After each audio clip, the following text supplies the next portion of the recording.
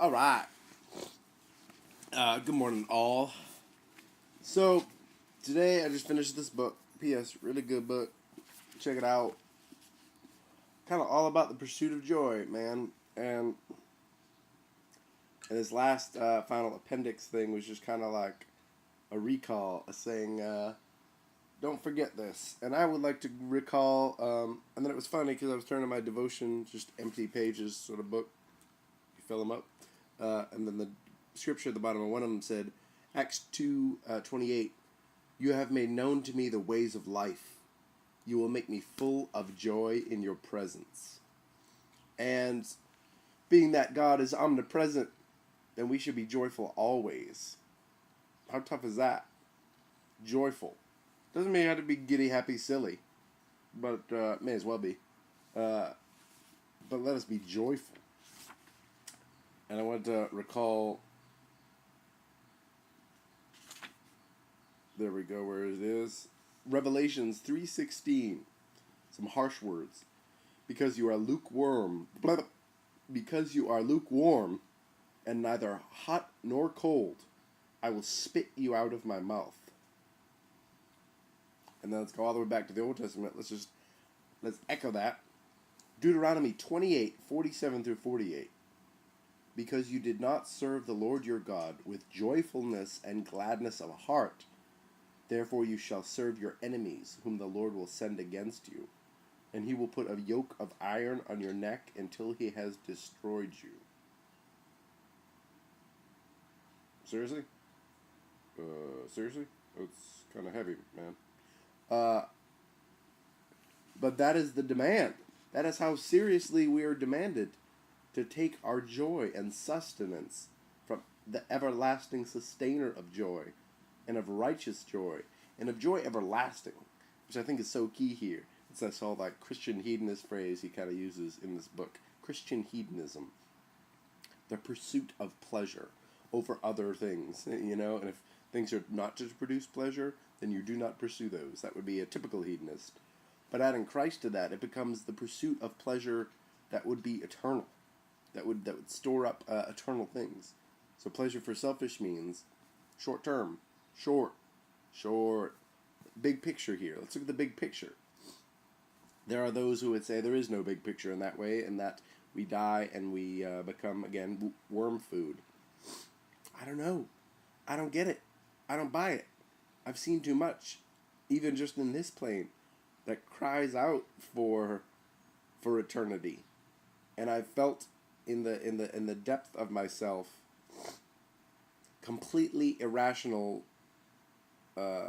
decisions and movements of my soul, evolutionarily speaking, that wouldn't really help me survive as a person or as a species, but have filled me with such joy. Many aspects of compassion are completely irrational. Why then does compassion alight our soul? Why does even feeling sorrow with someone alight our very soul? Suffering with another, that's completely irrational. It's not practical.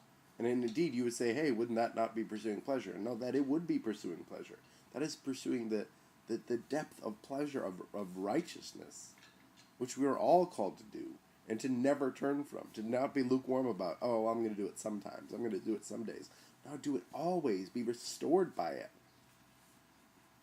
And indeed, I swear to goodness, the more you call upon Christ to fill that, to restore my soul, let me pursue on in joy and in gladness in all that I do, the more it is. It's an unending. It's like a string, a magician string game, or a handkerchief thing. You just pull, and you pull, and you pull, clown style. It just never ends.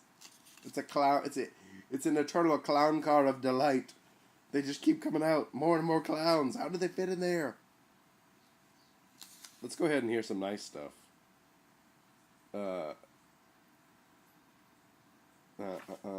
Since that was, sorry. Since that was not, those weren't pleasing quotes, were they? Let's find some nice ones. Although I guess the first one I read was nice, so I don't even know what I'm worried about. Paul, a quote from Paul in 2 Corinthians 12:9, quoting Christ, "My grace is sufficient for you, for my power is made perfect in weakness." Paul says, "Therefore I will boast all the more gladly," which comes from the Greek word hedista, which is also the same root for hedonist, "of my weaknesses, so that the power of Christ may rest on me." That's why I think this joy is so glorious, really. Because the light of God, the incisive glory of God shines on and lets you know kind of to how deficient you are.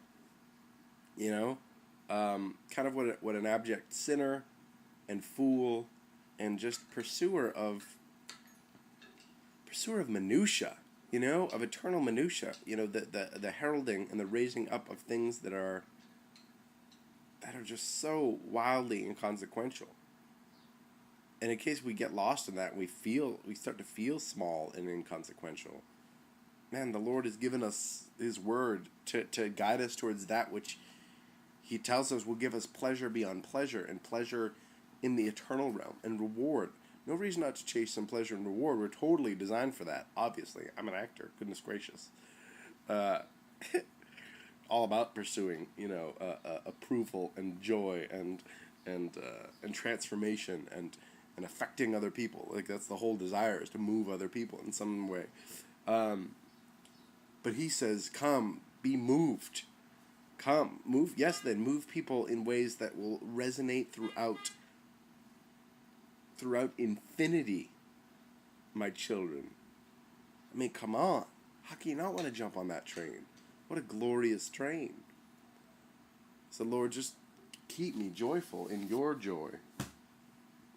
I want to be joyful in all that I do. I don't want to do things out of, well, I guess we just got to do this now. It's just how it is. Oh, they all have reasons, and they all are restorative. Restores my soul. He restores your soul. Like, what? What? This is just good stuff, is all there is to it.